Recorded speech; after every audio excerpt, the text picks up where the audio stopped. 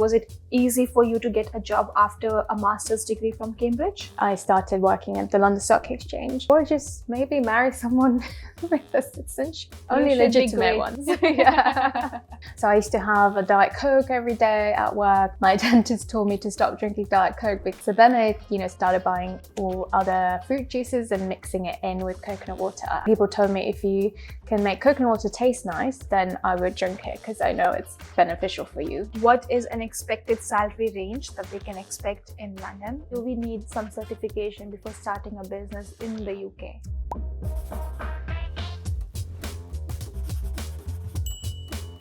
Hi everyone, welcome back to my podcast Half Figured by Tamanna, where I talk to women in their 20s and 30s who are trying to figure their life out living abroad. In today's episode, we have Romana. She is the founder of Drink Belly, which is a hydration drink. We'll talk more about that in this episode, but we'll also be discussing her life as an international student from Bangladesh living in London and her corporate life as a finance girly, which later led her to start her own business brand. We are filming this episode in Marble Studio, which is located in London. So if you're someone who's interested in having their own podcast someday, make sure you check the details in the caption below. We'll get started with the podcast without further ado. So let's get started with an introduction from our guest. Yeah, hi everyone, and hi Tamanna. Thank you so much for having me. I've been living in the UK for maybe 13, 14 years now. I'm originally from Bangladesh. For a lot of people who ask that question. And yeah, I've been working in corporate for a while and now I own my own brand. Love that. We'll be talking about your brand for sure. But living in London for 13 to 14 years is a huge amount of time. Tell me about how was your experience living in London? Yeah, for sure. So I moved to London after graduating from uni. I did uni outside of London so I would say about 9-10 years that I've been in London for, and I love it. I think there's good and bad to every city. I grew up in a city as well, in Dhaka in Bangladesh, so I am very much of a city girl. But I do sometimes get tired of the tubes and the crowd. But overall, it's a positive experience. I love that. Do you think London has changed in the last 12, 13 years, as you have mentioned? Because I have seen so many people talking about London and how great it was a decade ago, especially before COVID. So do you think there was a huge change that happened in the city? I think in terms of, don't know what kind of angle you want necessarily, but it has changed. Yeah, I would say COVID definitely has changed the world, let alone just London. And people used to, go into the office more. These days, working from home is such a norm. I mean, if you think about those days before COVID, you could only work from home if you were ill or if you were very senior and you could have a more flexible work, work condition. And I think one thing that has changed positively though since COVID is more people crave these real life experiences and in-person meetings, which I completely endorse. So I get that. I think before COVID, I think most of us have no idea that our work could be done from home.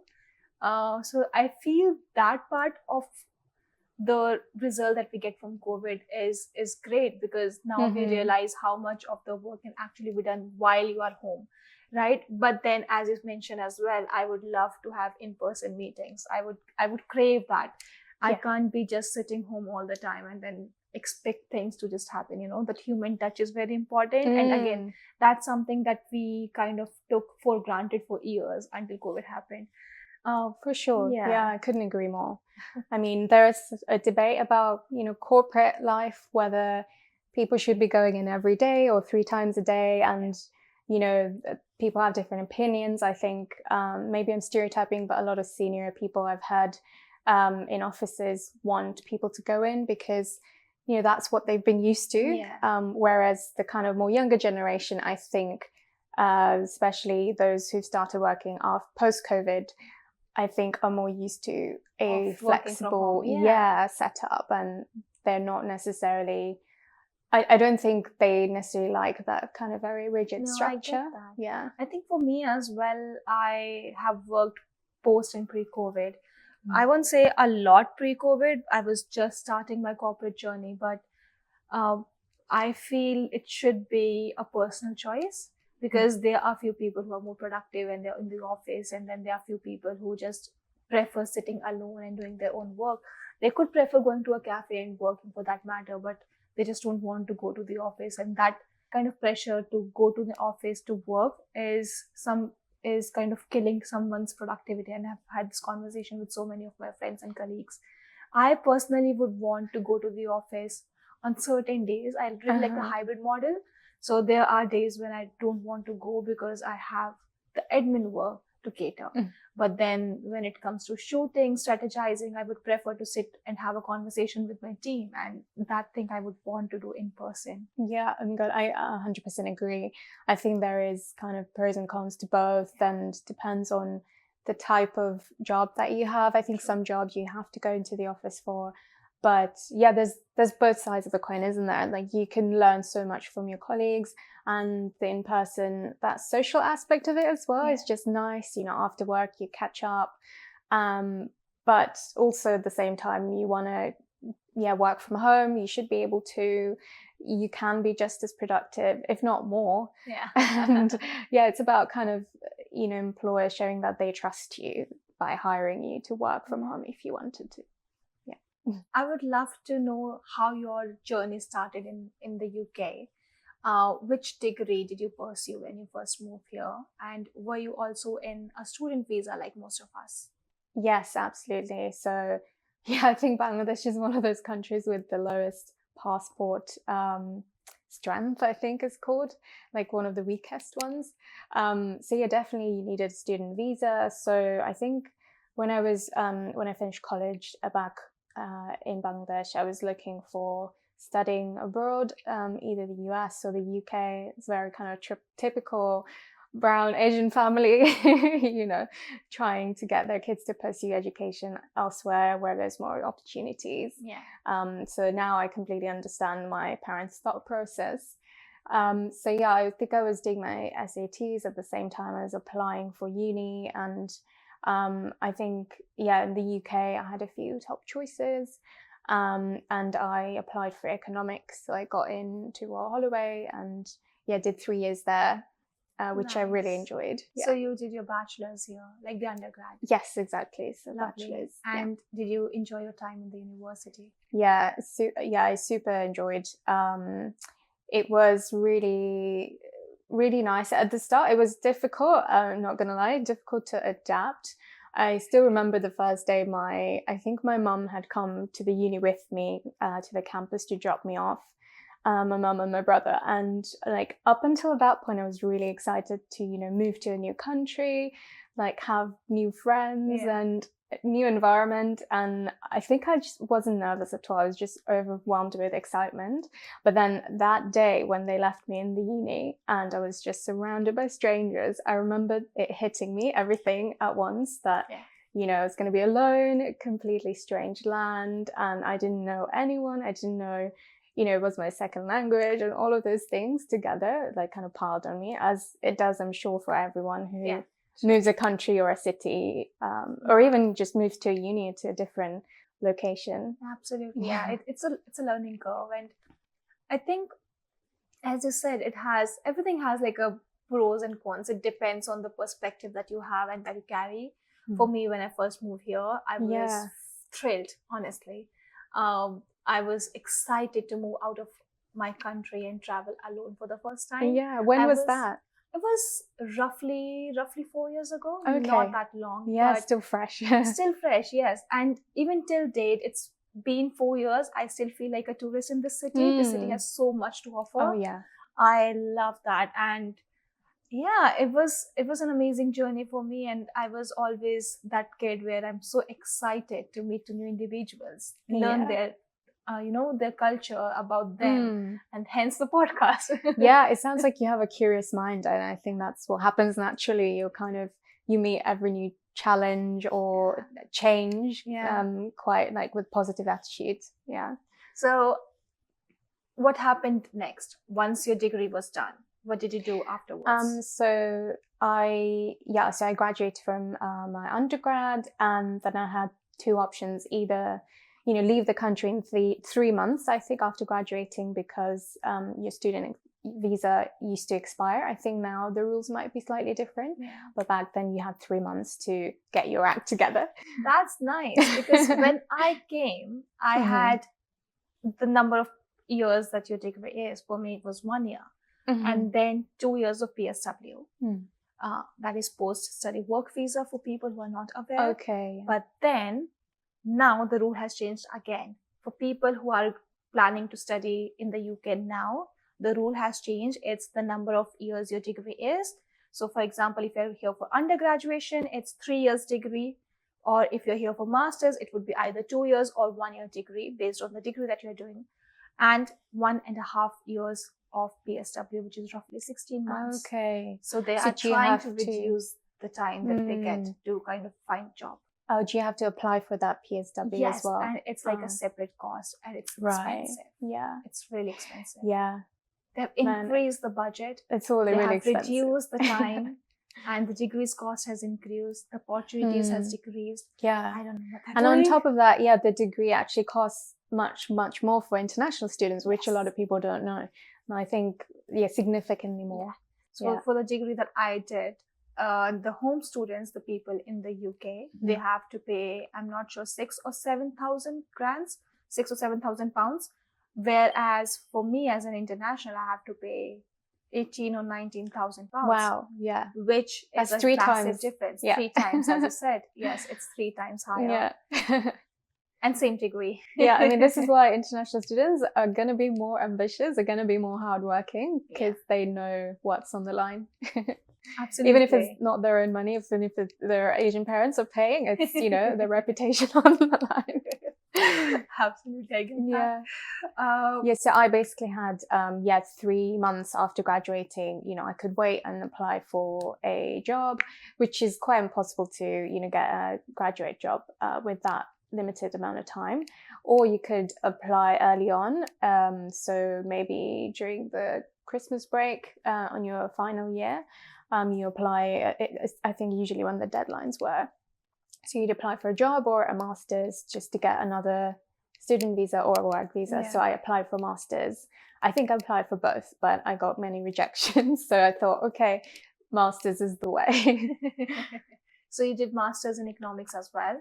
So development studies, it's slightly related, but a bit more of an international sociological kind of angle. Got it. And which university was it from? So I went to University of Cambridge for a year. Oh, lovely. Yeah. And if you have to compare the 2 universities that you've been to, which one would you prefer? If I were to do it again, I would probably do Cambridge again, because I think when I was there, it was quite a short amount of time and I didn't quite use it to my advantage, or use, kind of socialize as much as I should have or would have liked to, because I was under pressure of, doing the coursework, doing the essays, the exams, and at the same time applying for a job, because, you have to apply beforehand. Otherwise you're going home or you're going back to your country. And it was just a lot of kind of different things to juggle. And I think my social life took a back seat at that time. But I, having said that, I don't regret any of that. I think I had a really good undergrad years in Royal Holloway, and both unis, I would say, like, people are lovely. All the students are equally as ambitious. And it's just, been a nice experience. Even if you don't necessarily use your degree, what you learn in your job, it's still I think the social aspects and the kind of performing under pressure, all these things, learning how to rent for yourself for the first time, paying bills that they never teach you in school. These things come in handy. No, I absolutely agree. And especially in the UK, the job market is not the best. I wasn't sure how it was pre-COVID, but at least now it's not in our favor. Though the rules have changed a bit now, but it just made it's just made things harder for people who are looking to get a place now in the UK. Okay, lovely. So once your degree is done, your undergrad is done, you move to your master's in the Cambridge. Love that. And what happened next? Was it easy for you to get a job after a master's degree from Cambridge? I don't actually know if it helped, but I think that was one of my thinking as well, that the name would help in applications, and maybe it did. So I did still get a lot of rejections, and you just kind of have to, it's a numbers game, as everyone knows. And at the same time, I think network is a big thing. So what really helped in Cambridge was the careers fairs are much grander than any other uni. So yeah, I started working at the London Stock Exchange. So I went to the careers fair. I actually met them. So I met, I think, one or two people from the London Stock Exchange and spoke to them, because prior to that I didn't actually know you could work there, and I didn't know there was more than just an exchange, a trading floor. So that kind of sparked my curiosity, and I also made a good impression. So I kind of reached out to them on LinkedIn afterwards, spoke to them. They were very helpful as well, and tried to give back and tell me about their experience. And that usually helps in the application process later on, when you can say that you've actually spoken to the people who work there and you know the culture. And it's not just about the job or the role. It's also about the work culture, that if it fits with you or not. And I really liked the idea that they had at the time. Maybe they still have it, but it was a graduate program. So after you join, you kind of do rotations in different parts of the company. And in that way, you learn different skills, you work with different teams, and it's kind of a nice way to figure out what you actually want to do. So it was an 18-month program. And yeah, at the time, I wasn't sure what I wanted to do. Not sure, I still don't know, but it actually helped. Yeah. Lovely. Okay. And what was your first job in in the UK? Yeah, so the London Stock Exchange was where I started my first job in the UK. And yeah, the first kind of placement that I had was in a kind of back office operation role in one of the teams. And yeah, it was quite a learning curve. I remember, I think this is part of that, adapting to a new culture. I remember my first manager or boss had a very thick Irish accent, and I really struggled understanding him. But everyone else in the team was really lovely, and it was a good experience overall. Accent could be a problem here, because everyone comes from a very different background than us, and it could be very different to understand. Even me being an Indian, I think it would be difficult for people to sometimes understand me, and vice versa. So yeah, accent is, I think, again, a skill that you just adapt after living here for some time. Yeah. But yeah, okay, lovely. And London Exchange sounds very fancy for people as a dream job. They consider that as a dream job. Was that a dream job for you as an economics student? Yeah, I mean, I think initially a lot of economics or finance business students, they want to go into investment banking or consultancy. That was definitely the era when that was sexy. So I tried applying to a few of those. I did some insight days and experience days at the big banks. But I think ultimately I didn't go through a lot of the interview rounds, or some I had made kind of the second to last round. But I think I kind of didn't wait for very long. I got the offer at the London Stock Exchange, and I was really happy to accept that. The salary was good for the first year, and it kind of felt a bit more flexible than the old kind of banking jobs. And yeah, I'm quite glad I kind of started with that. It definitely gave me a good base and a stepping stone. Yeah, love that. And what was your role there? So I did 18 months of the analyst roles in different teams. And then I got permanent position in, I think the team doesn't exist anymore, but it was kind of an associate role as well in the exchange part of the group. So you would work with international kind of exchanges like the Chinese, Shanghai Stock Exchange. You would work with India and other kind of teams across the world to essentially list some new instruments on the exchange. I'm trying not to get too technical here because nobody's really interested in all of that. I've left that finance life behind. But, And for how long were you there in that company? So in total, I was there for over 6 years. Over 6 years? Yeah. Damn. So you entered as an 18-month internship period, and then you got like a full-time offer and you stayed there for 6 years. Yeah. So it was kind of a graduate program. So it wasn't quite internship, but it's kind of like temporary roles and then you get a permanent role.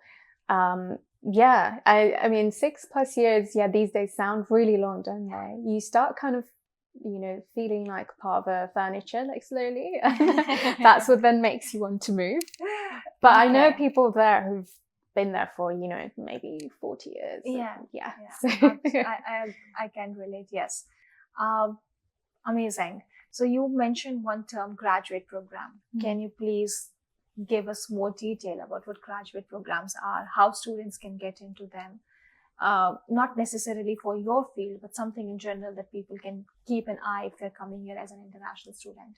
Yeah, for sure. So I don't know if you or anyone knows what industrial placement is, where, you do 2 years or 3 years of uni and then you take a year where you work and gain experience. So it's almost like that. So I would say it's a little bit more than an internship where you're an actual employee, you're an analyst.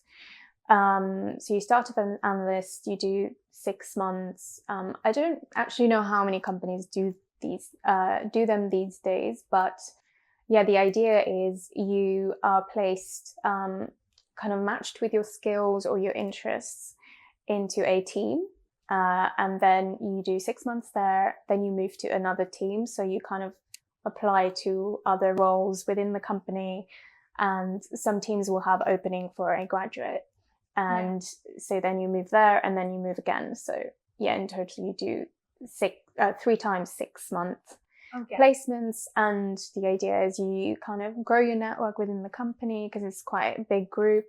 They have the exchange, like trading floor, they have kind of data analytics side, they have kind of the post trade kind of equipment there as well.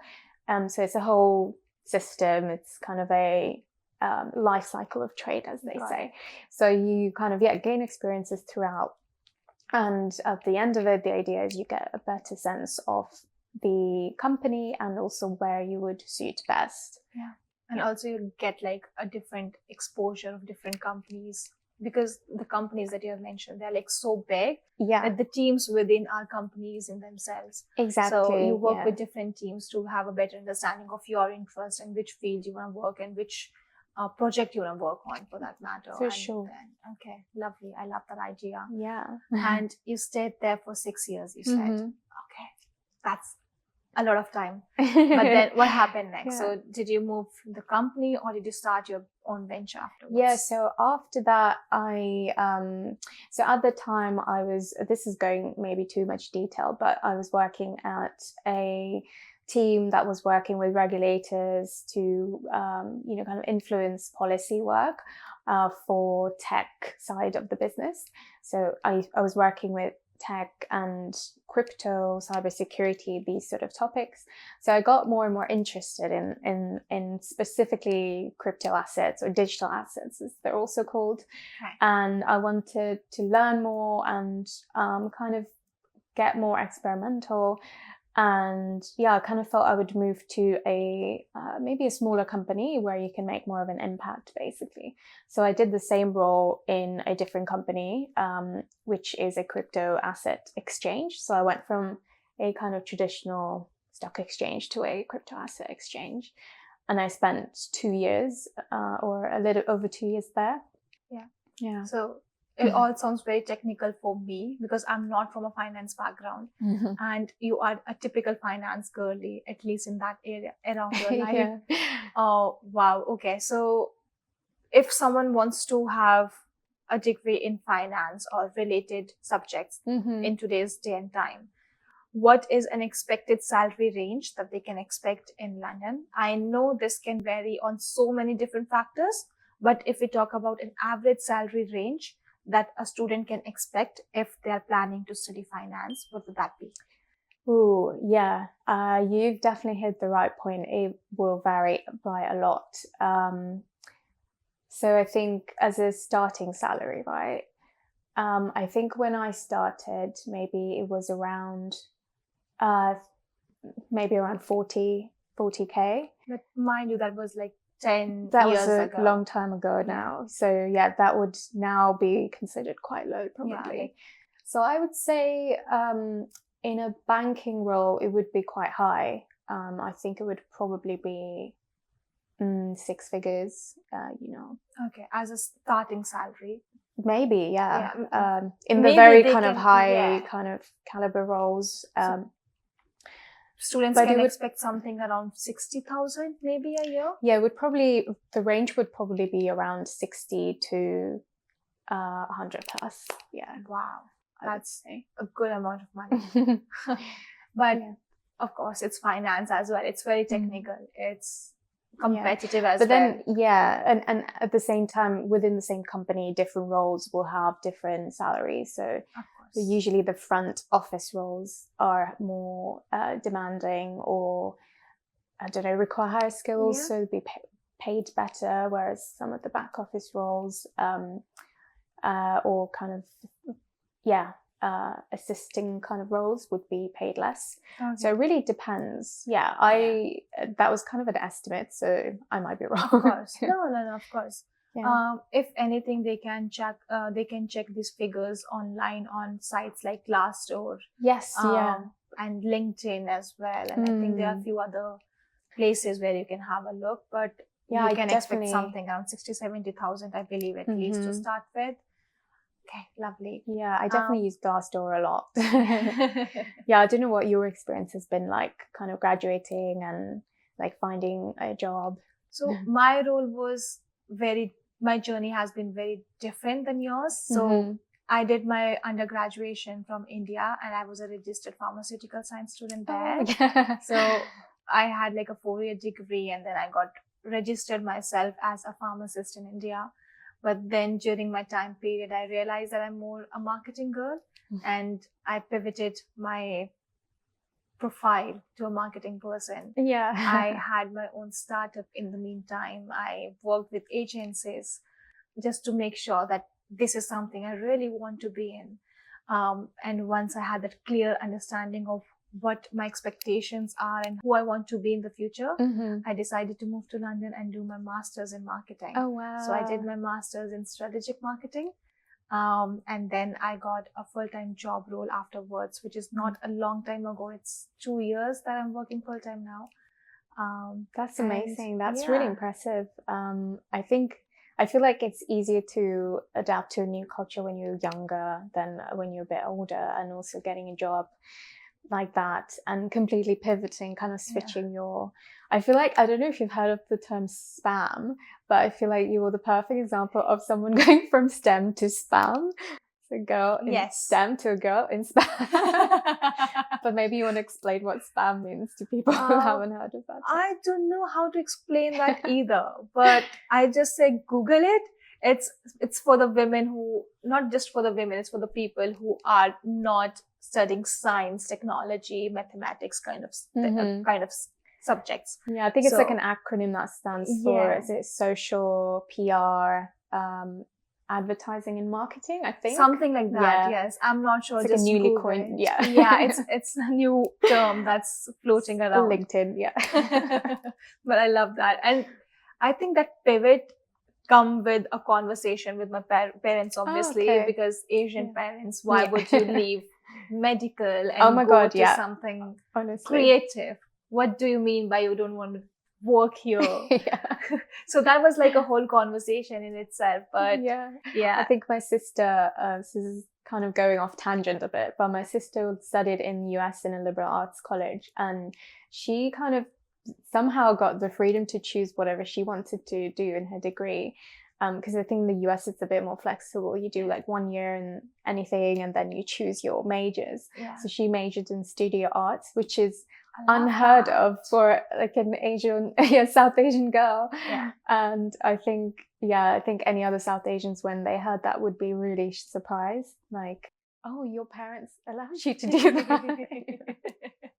My parents still have no idea what I do. They know that I work in marketing, but they can't explain what I do on my day-to-day basis. And they recently saw my videos and they were like, oh, she makes videos. I was like, sure. That's so much more these days. And especially with like this day and age with AI and everything else, all the fear mongering. I mean, obviously it's not going to take anyone's jobs, but it will automate some jobs which maybe used to be more valued back in the day, and now these more creative roles are actually higher in demand. So it makes sense, like a lot of people are shifting or building their like portfolio characters as they like have their day job but also have a side hustle or a few side hustles. I think people, but then I also feel it's not because of the AI, but it's also because of the economy of the world that we live in right now. The salary that we get is somehow not enough for the rent that we pay, the lifestyle that we want to live, etc., etc. So I think before AI actually became the new thing, people were already looking for new side hustles. And that's what I observed around me. And after AI, you were right, the fear is definitely there of people losing their jobs and having a backup. But then I also feel if you kind of adapt to the skills, adapt to the new market, I think it's just easier for you to get good job, have a better work-life balance if that's something that you crave. And if you are into more creative field like marketing, it's definitely going to affect your work earlier than other. Because if you are working in finance, legal team and stuff like that, like more technical fields have a chance that they still have some time to kind of improve and getting AI as an adaptation thing in their day-to-day life. But with creative people, it's already there. So having that fear gets a bit more normalized these days. But I feel from my personal experience, if you just learn from it and understand how to make it work in your favor, you are actually at a good spot right now. Yeah, absolutely. And also, I think since COVID lockdown, people were at home, everything was more virtual, online shopping, online food delivery, everything kind of escalated from there in terms of going digital. And I think the pace of tech advancement, like really, kind of heightened, and that made it easier for a lot of people to do things that they want to do from home. And, starting business, like I think I see people starting businesses left and right these days. And it's great, I think. It just got so much better to start business now than ever. I remember this transition period. I was in my undergraduation back home in India, and then I was working on one of the startup. And for that, I got pre-incubated at IIM Bangalore, which is like a government top marketing government university in India, and I got pre-incubated there for my business. And it was like a women's program, and I was one of the youngest people there. Oh wow. So every other entrepreneur that I had in the same cohort was in their late 30s or 40s or 50s as well, and I was 18 years old at that time. And then COVID happened when we were in the cohort, right?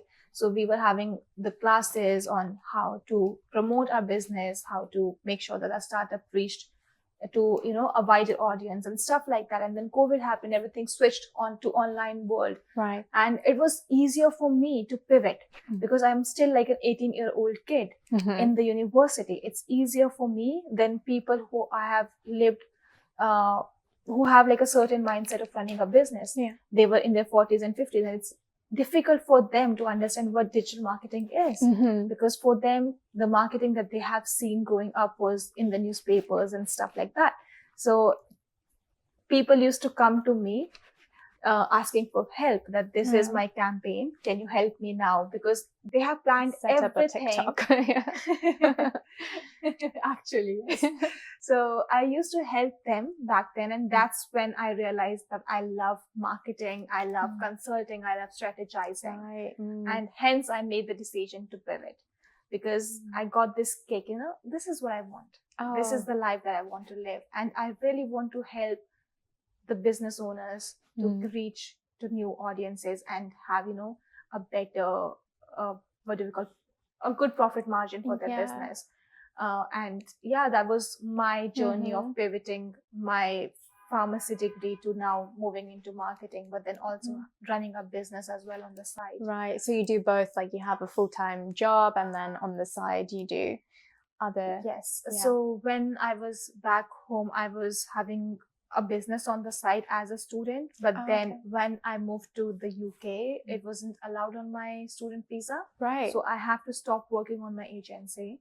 And now, once my degree is now done, I work like a full-time job, but for now, until I'm on my visa, I cannot have like a proper business. So what I'm doing right now is creating a creator's business.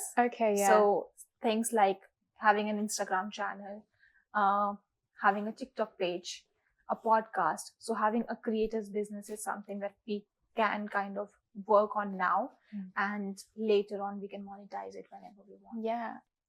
Now I want to know a bit more about your entrepreneurial journey, because that's very unique to start a business about drinks. So tell me a bit more about, how did you start? What's your business name? How did you come up with this idea at first place? Yeah. All good questions. So I think I was just really curious. I think that's like the first thing, curiosity. So I used to have a Diet Coke every day at work because, after lunch you'd have the afternoon slump, and I didn't think it was bad for you because it doesn't have any sugar. But then I realized artificial sugars are not actually all that great for you. My dentist told me to stop drinking Diet Coke because all the acid in it is bad for your teeth. So I kind of thought, okay, I'm going to stop. So I've been Diet Coke sober for a while now, post Diet Coke. But then, I was looking for something a little bit more natural as an alternative, and something not fizzy. So I found that really hard to find on the shelves. I grew up drinking coconut water, so I thought I would try drinking that, but then it was a little bit bland just on its own. So then I, started buying all other fruit juices and mixing it in with coconut water, and that tasted really nice. And people told me if you can make coconut water taste nice, because not everyone loves the taste of it. Some people love it or hate it. It's kind of like a Marmite flavor. So my partner as well, he was like, if you can make it taste nice, then I would drink it because I know it's beneficial for you. It's got like natural electrolytes, so it's quite good for you naturally. So that was really kind of the point where I thought this could have some legs and I could try. And I kind of just gave it a shot. I love that. So if someone wants to start their B2C business today in the food industry, how would you suggest them to start? What should be their first step? So first step, for me, it was kind of learning more, because I was going it completely blind, not from food or drinks background. But these days you can find so much information online, and it's almost like too much information. So it can be a little bit of like scramble brain. But for me, it was kind of a choice between, do I do an MBA or do I just kind of start? And I decided to just start and think of the experience as a practical MBA degree, because you will be spending your money, and don't kind of, it's a guarantee. Exactly. So like, you don't underestimate it. Like it does take a lot of resource and cost. So you either using your savings or you're getting some investment from your friends and family. Either way, it's people's money. So it does require a lot of thinking, but you can always start slow, start small. And I think they usually say get an MVP out with minimal cost. So a kind of prototype that you think you could test on people. So early on in the days, I went to kind of food and drinks events or festivals. There are a couple of them where, and I think every sector industry will have them, where you can go there, take your product, test out on people, sample and get feedback. True. And at the same time, build your connection in the space, because that ultimately is the make or break. It makes a huge difference, just knowing the right people. I love that. Thank you so much for the insights. And if someone is looking to get a manufacturer or a supply chain, how can they contact them, and how easy is it for people who has no background in manufacturing to contact these people?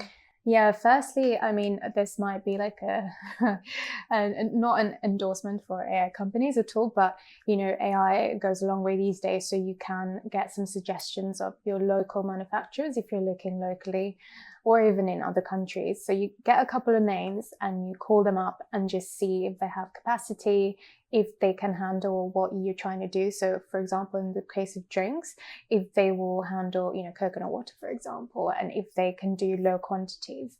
What the biggest challenge has been for me and a lot of founders is starting small, being able to get manufacturers to agree to do really small quantities.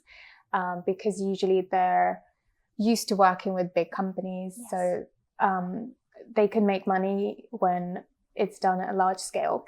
So that is the challenge. So the upfront cost sometimes is what stops a lot of people. Yeah, makes sense. But in other ways, you can also just reach out to people on LinkedIn and, ask about. So if you see a company that you like, you can ask them who their designer is, for example, or which manufacturer they're using. I would say maybe not do a cold kind of call or a cold message, but if you met someone in person somewhere and you've explained to them what you're doing, I found that people can be really friendly and open to sharing. For me, I always share, which developer I'm using or manufacturer that I'm using, because there's always room for more people. So it's kind of like a good karma. You give back, like you share your knowledge and other people share with you as well. Kind of creates a good cycle ecosystem. I absolutely agree. But I feel more than LinkedIn, because on LinkedIn you don't know so many of the individuals that you kind of cold email or message.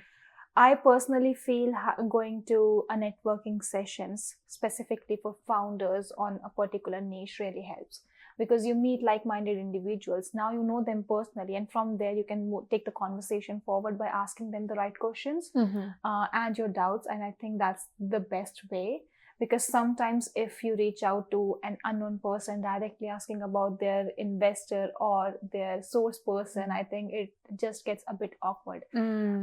But if you know someone, there's a physical touch, a connection, I think that really helps. Yeah, I think often it's also the people who are a few steps ahead of you rather than the very big names in the industry who are willing to share more, because they've been in your stage not so long ago. So they know the pain points, they know how you feel, and they know also they remember how difficult it has been for them, the challenges. So they're willing to share more.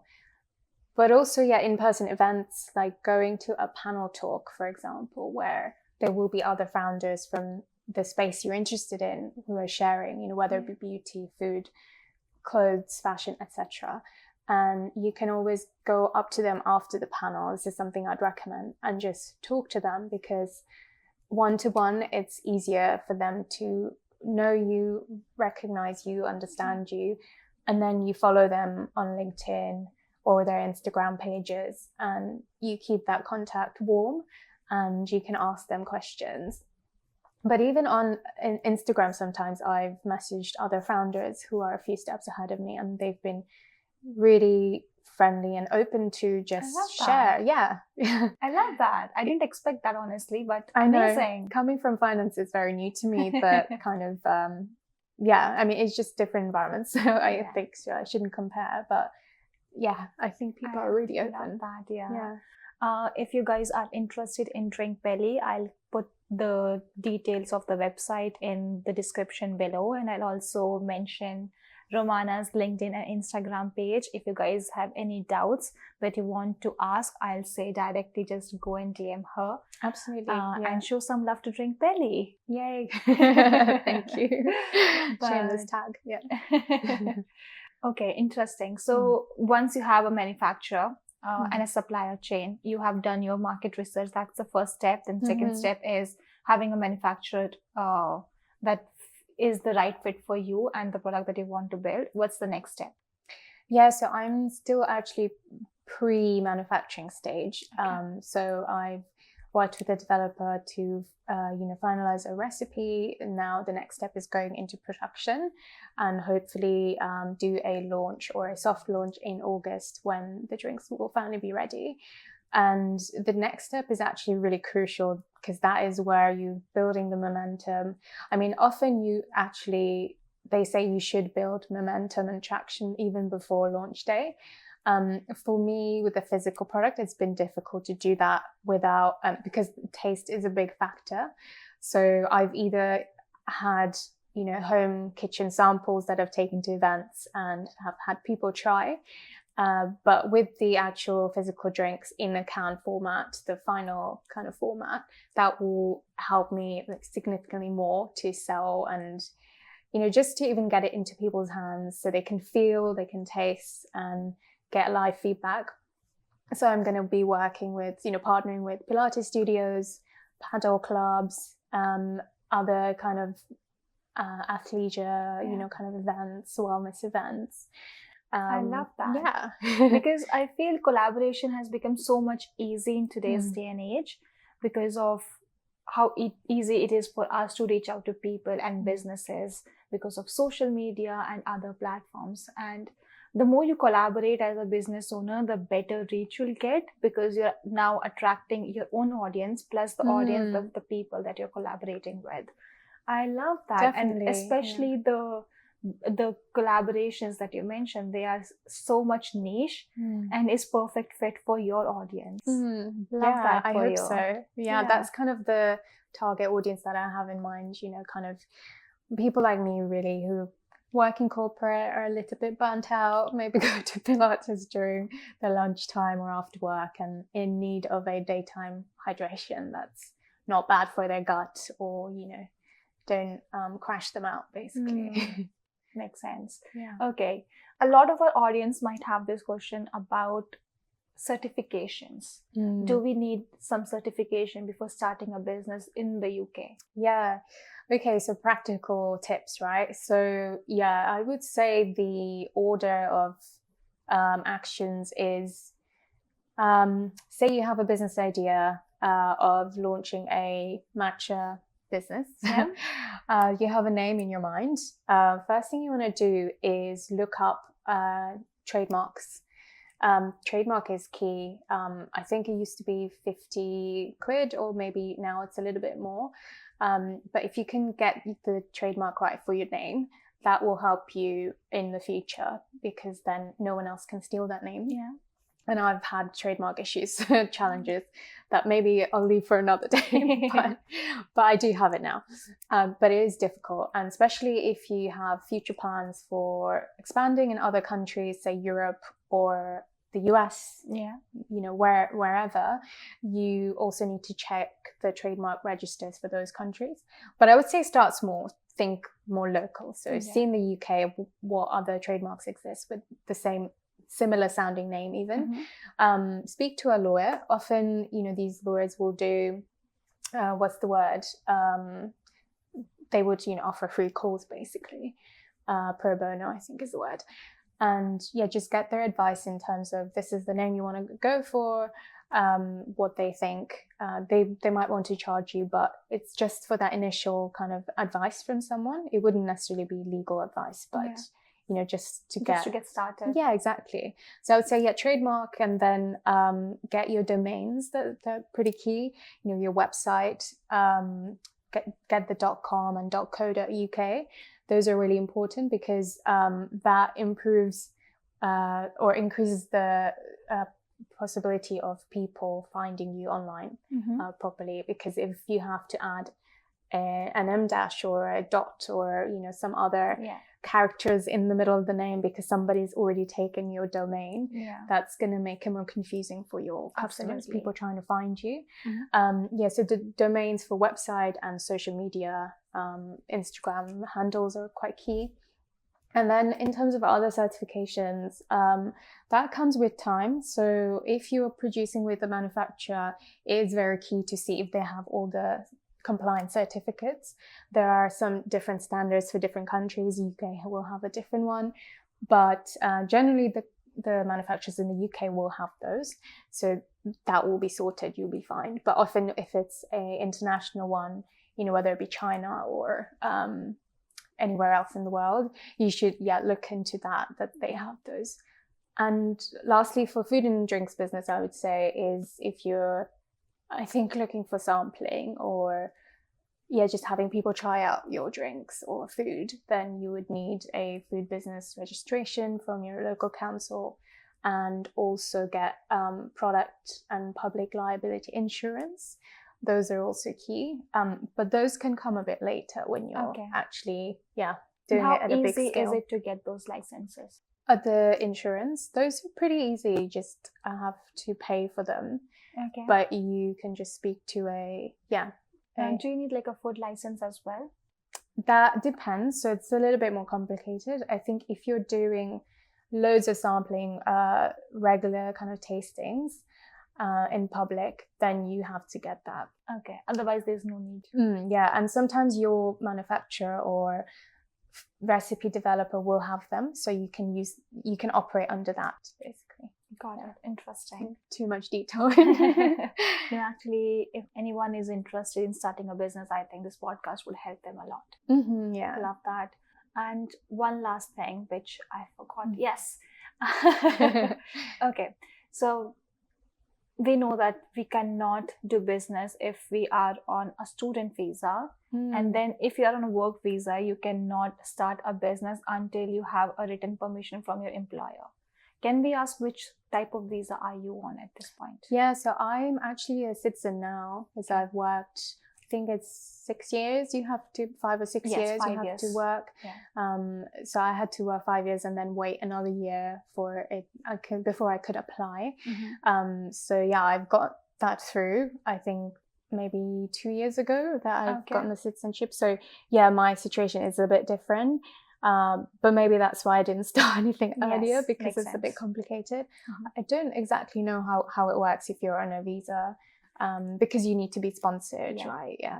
So if you are on a visa, I think you need to maintain some funds before registering yourself. You also need a permission from your employer. If they allow you, then you can start a business.